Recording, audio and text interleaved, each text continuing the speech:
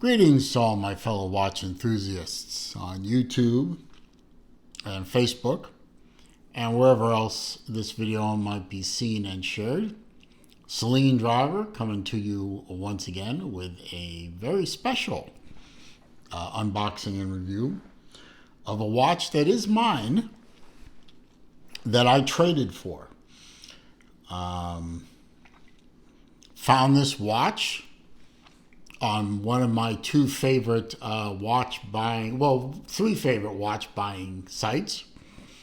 This watch was on European Watch Company's site, and I was able to work with the gentleman that my late father and I have been working with for quite a while now. His name is Robert, and I arranged to trade a couple of watches that I don't wear for this one. And some of you might recognize the logo, kind of that goofy hand logo. This watch is from a company called Ressence, Ressence. I believe it is pronounced Ressence.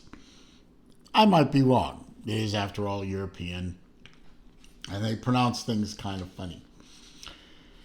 Anyway, I have had my eye on Ressence watches for quite a while, and they're not particularly inexpensive watches, and I doubted I would ever get around to owning one, but I'm not the original owner. You can probably see the box is a little beat up. But the watch itself is in fantastic condition. And it is one of the most unusual containers I've ever seen. You pull the outer box off, and you have this cork platform. The manuals and stuff are under here. It's a bitch to get out. So I'm not going to bother. Has a warranty card in there, which is nice.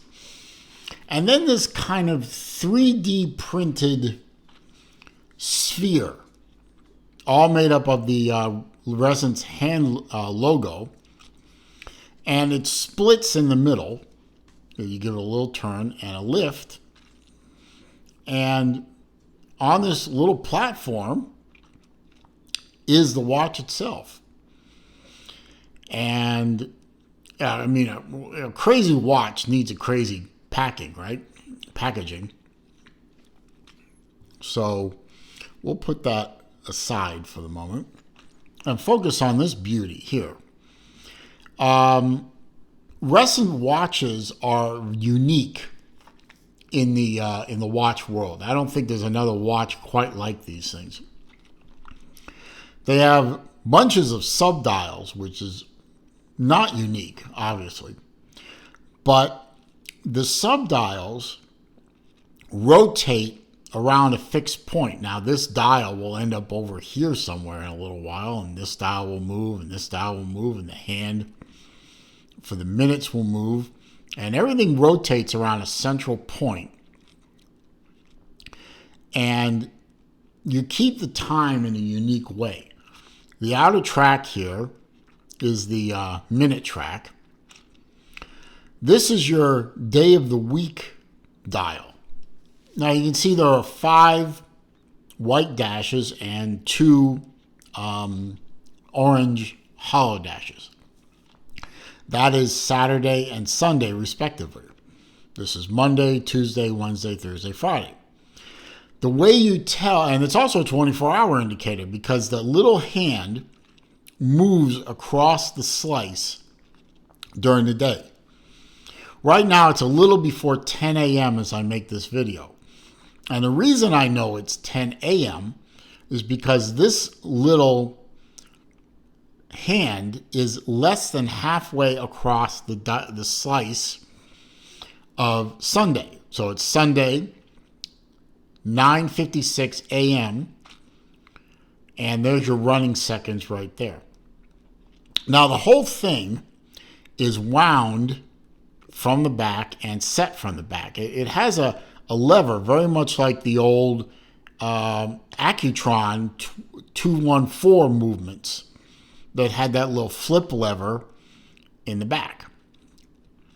Now I'm going to screw up the time here, but whatever.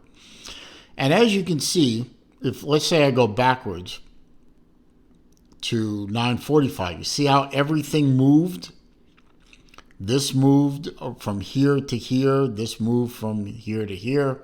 The seconds dial moved. Everything kind of rotates around the central point. And, you obviously go forward and back. And everything rotates around the center pivot, which is hidden underneath the case back, of course. And that's what makes this watch unique, is the way the dial not only is laid out, but the way the dial acts. I'll reset that later. Obviously I just changed the day. Oh, that's interesting. How did I do that?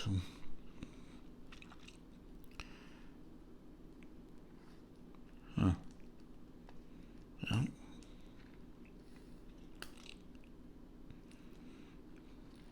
Oh, I see. Anyway, I'll play with that later. But as you can see, everything kind of moves around on the central axis. Now, this watch is Type 5 or Grade 5 titanium. Nice polish on the case. And believe it or not, underneath these kind of wire lugs are conventional spring bars. So this thing can use conventional straps or bracelets. You can see here, if I pry this down a little bit, there you can see the spring bar. Focus, right there. The buckle is titanium as well, with the little hand logo at the end of the pin. It's extremely comfortable to wear. Beautifully made and finished watch. And this one is called the Type 1 Slim. Now, they make other types. I'll leave a link to the website for Ressence. Ressence. And you can see the different models they make. And some of them are bigger than this. But this one is just a perfect size. And I'll go over those measurements in a little bit. Let me give you a wrist shot here. Get this thing put on. Hopefully without dropping it. There we go.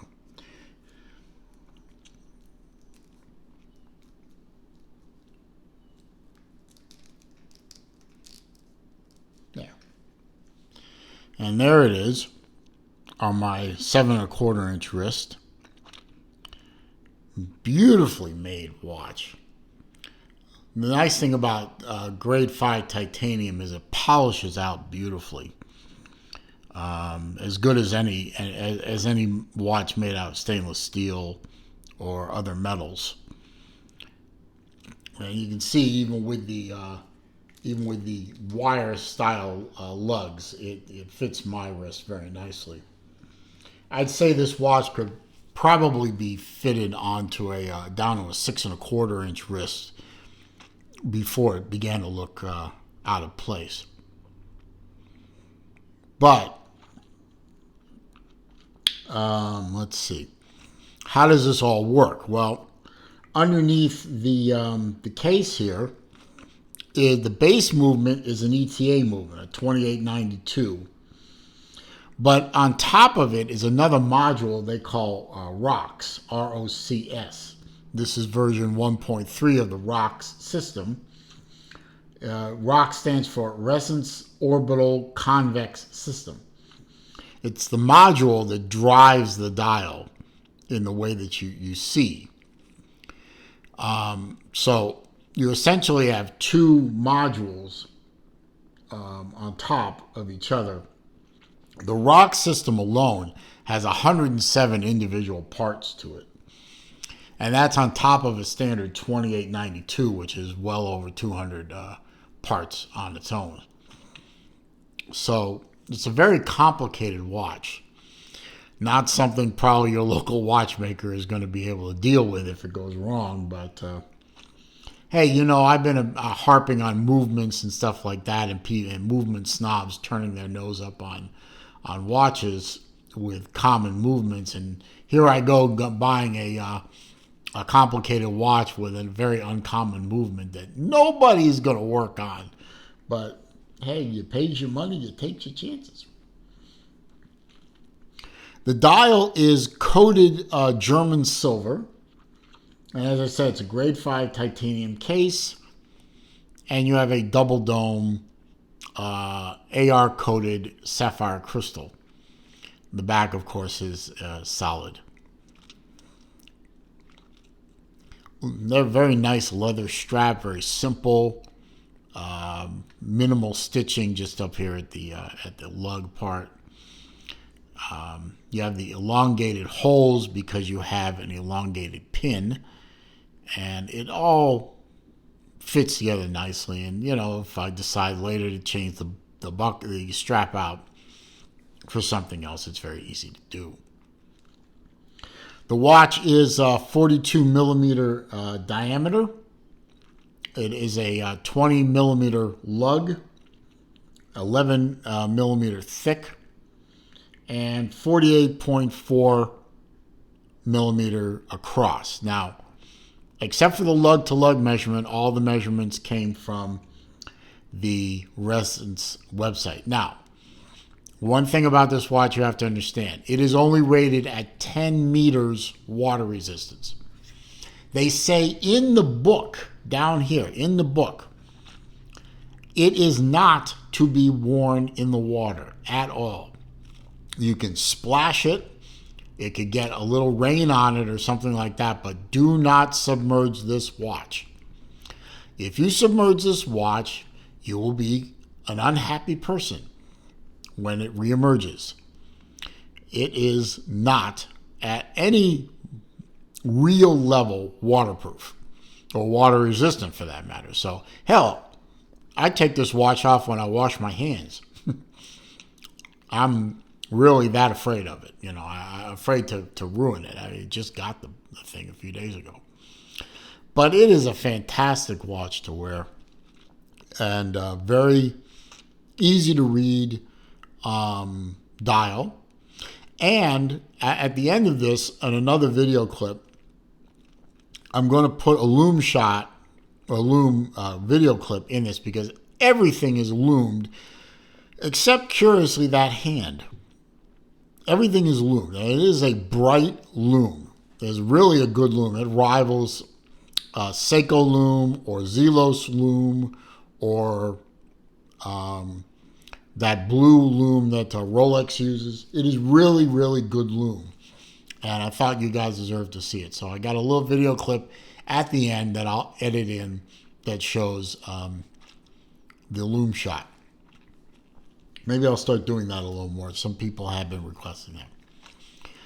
Great watch. Basically, I traded two watches that I knew I wasn't going to wear. They were not to my taste.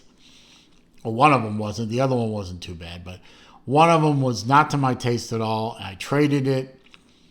Robert was happy. I'm happy. The universe is happy. Great watch. Really am honored and pleased to own this for my very own.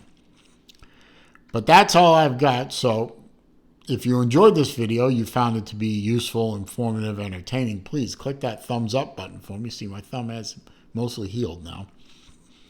That does help the channel with respect to the search algorithm, which is something that brings people to the channel.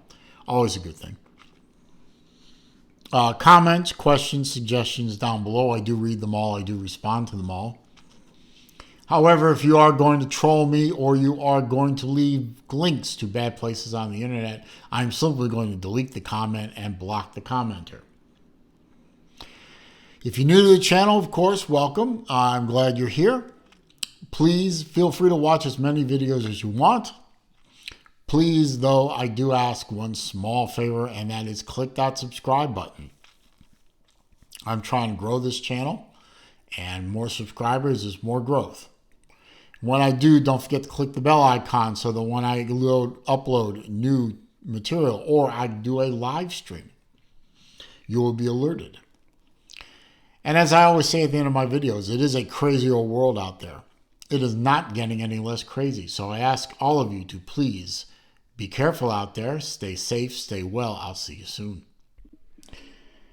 Now, normally I don't do Lume shots, but I wanted to take a moment to do the Lume shot on this Ressence. Sorry.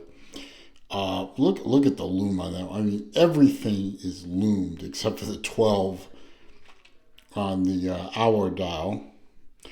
But the Lume is fantastic. I mean, the whole minute track lights up. The whole hours subdial, the running second subdial, all the hands, the day of the week subdial just lights up beautifully. I mean, that Lume rivals anything from Zelos or Seiko or Rolex or anybody that you're a Lume lover. This watch is for you.